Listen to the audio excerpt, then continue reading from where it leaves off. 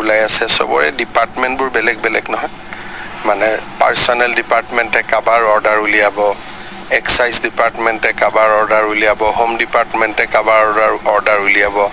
মন্ত্ৰীজন বেলেগ আয়ুক্তজন বেলেগ গতিকে এটা 40 দিনৰ ভিতৰত ওলাব লাগে গতিকে সকলো ডিপাৰ্টমেণ্টে 40 দিনৰ ভিতৰত নিজৰ কাম কৰি লব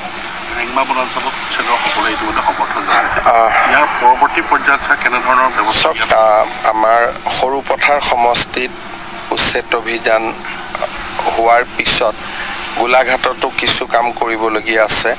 আৰু এই ধৰণে আমাৰ এখন দীঘলীয়া তালিকা আছে কিন্তু প্ৰত্যেকটো কাম কৰাৰ আগতে আইন আদালত সকলোখিনি পৰীক্ষা কৰিব লাগে গতিকে আমাৰ চেষ্টা থাকিব এটা কৈ যাতে আমি কামবোৰ সুকালু মানে খুব সুচিন্তিতভাৱে আমি কৰি গৈ থাকিব পাৰোঁ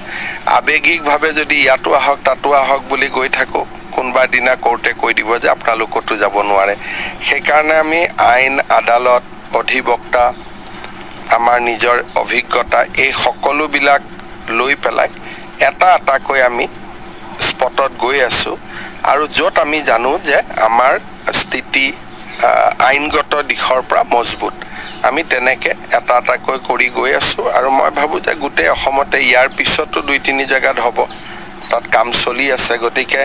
সেই ধৰণে এটা কৈ আমাৰ বন বিভাগ কৈ ফৰেষ্ট ভিজিআৰ পিজিআৰ সত্ৰৰ মাটি নামঘৰৰ মাটি এইখিনি আমি লাহে লাহে উদ্ধাৰ কৰি থাকিম এটা কৈ সব অৰ্ডাৰ ওলাই আছে সবৰে ডিপাৰ্টমেণ্টবোৰ বেলেগ বেলেগ নহয় মানে পাৰ্সোনেল ডিপাৰ্টমেণ্টে কাবাৰ অৰ্ডাৰ উলিয়াব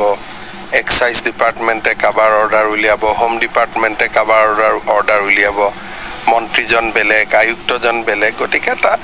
40 দিনৰ ভিতৰত ওলাব লাগে গতিকে সকলো ডিপাৰ্টমেণ্টে 40 দিনৰ ভিতৰত নিজৰ কাম কৰি লব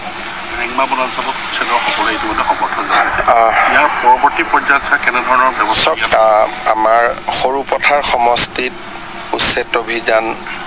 হোৱাৰ পিছত গোলাঘাটতো কিছু কাম কৰিবলগীয়া আছে আৰু এই ধৰণে আমাৰ এখন দীঘলীয়া তালিকা আছে কিন্তু প্ৰত্যেকটো কাম কৰাৰ আগতে আইন আদালত সকলোখিনি পৰীক্ষা কৰিব লাগে গতিকে আমাৰ চেষ্টা থাকিব এটা কৈ যাতে আমি কামবোৰ সুকালু মানে খুব সুচিন্তিতভাৱে আমি কৰি গৈ থাকিব পাৰোঁ আবেগিকভাৱে যদি ইয়াতো আহক তাতো আহক বুলি গৈ থাকোঁ কোনোবা দিনা কোৰ্টে কৈ দিব যে আপোনালোক ক'তো যাব নোৱাৰে সেইকাৰণে আমি আইন আদালত অধিবক্তা আমাৰ নিজৰ অভিজ্ঞতা এই সকলোবিলাক লৈ পেলাই এটা কৈ আমি স্পটত গৈ আছোঁ আৰু য'ত আমি জানো যে আমাৰ স্থিতি আইনগত দিশৰ পৰা মজবুত আমি তেনেকৈ এটা কৈ কৰি গৈ আছোঁ আৰু মই ভাবোঁ যে গোটেই অসমতে ইয়াৰ পিছতো 2-3 জেগাত হ'ব তাত কাম চলি আছে গতিকে সেই ধৰণে এটা কৈ আমাৰ বন বিভাগ কৈ ফৰেষ্ট ভিজিআৰ পিজিআৰ সত্ৰৰ মাটি নামঘৰৰ মাটি এইখিনি আমি লাহে লাহে উদ্ধাৰ কৰি থাকিম